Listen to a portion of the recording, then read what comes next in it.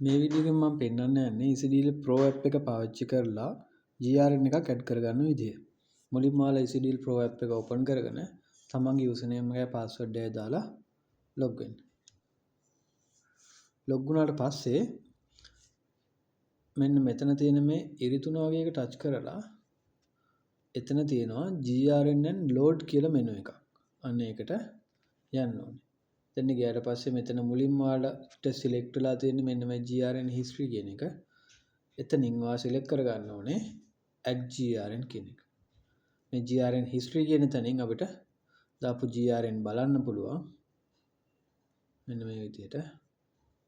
ඔයාලා තෝරගන්න ඕනේ GRN එකක් දාන්න add GRN කියන එක.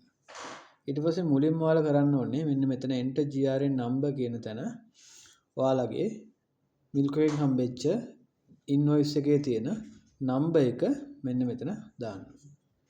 දාලා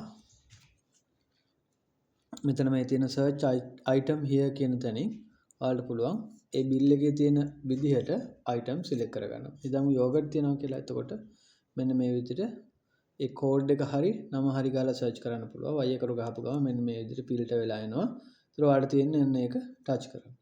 touch කරපුවාම මෙන්න මේ වගේ පොඩි pop up එකක් එනවා. ඒකේ තියෙනවා quantity එකයි free හම්බෙච්ච quantity එකයි දාන්න.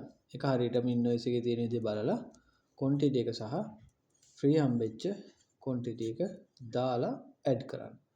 ඔය විදිහට ඔයාගේ bill එකේ තියෙන ඔක්කොම items ටික මෙන්න මෙතනින් ඒ විදිහට add කරගෙන පල්ලෙහාට යන්න පුළුවන්. එතකොට මෙන්න මේ වගේ ඔයාලට list එකක් පෙන්නනවා ඒ දාපු items. ඔයාලට මොකක් හරි වැරදීමක් වුණා නම් ඔයාලට පුළුවන් මෙන්න මේ delete button එක ඔබලා ඒක list එකෙන් අයින් කරගන්න.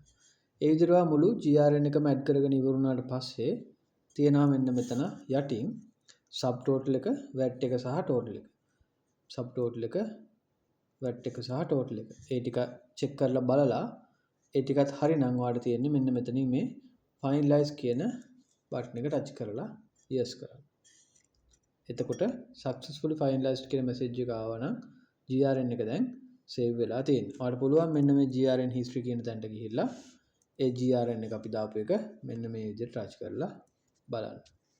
ඒ විදිහට තමයි අපි EasyDeal Pro එක පාවිච්චි කරලා GRN එකක් add කරන්නේ.